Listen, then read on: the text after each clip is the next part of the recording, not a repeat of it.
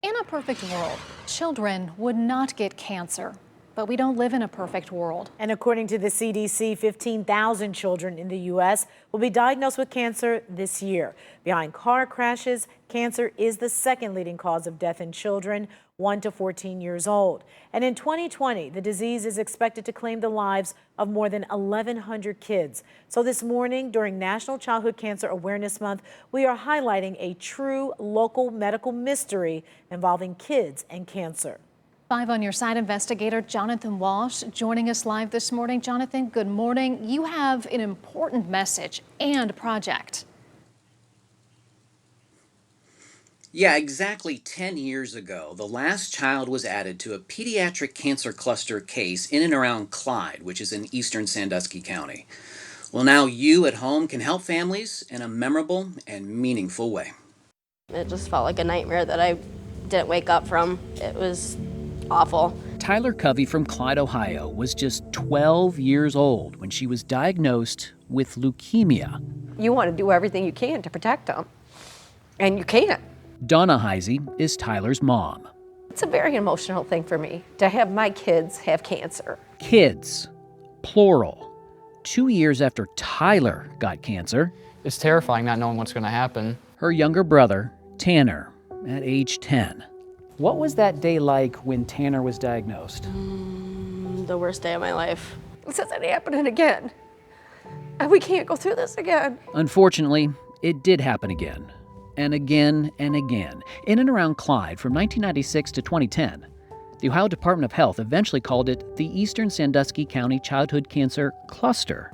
35 children in all. Not a day goes by when you don't think about it, because when I think about us going through it, I also think about them. I investigated the cancer cluster while I was working for WTOL in Toledo. Talking locally about all the cancer victims in and around the Clyde area. The strength of families like the Heiseys and little Alexa Brown, who passed away at just 11 years old, gave me inspiration for the cause.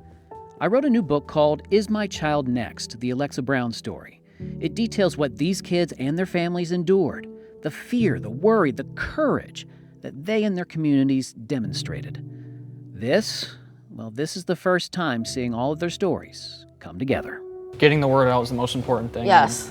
This book Hopefully will do people will read it and open their eyes about what's really going on and hopefully a cure. Your title is perfect. Because everybody in town was thinking that. Is my child next? Tests were done by state and federal agencies, but no cause ever found. Cancer awareness is super important. It's destroying families. It's killing kids. Well, we certainly don't want any more families or children to suffer. And that's why every penny of profit that I make is going right back into a charity called Alexa's Butterflies of Hope. It goes to help families who are suffering from childhood cancer and other life-changing medical problems, guys. Wow, very touching piece there, Jonathan. And as you were talking with Tyler and Tanner, did they share with you about how surviving this medical mystery has changed their lives? Yeah, great question, Danita. I will tell you that they truly value each and every day. You can just tell it in their demeanor.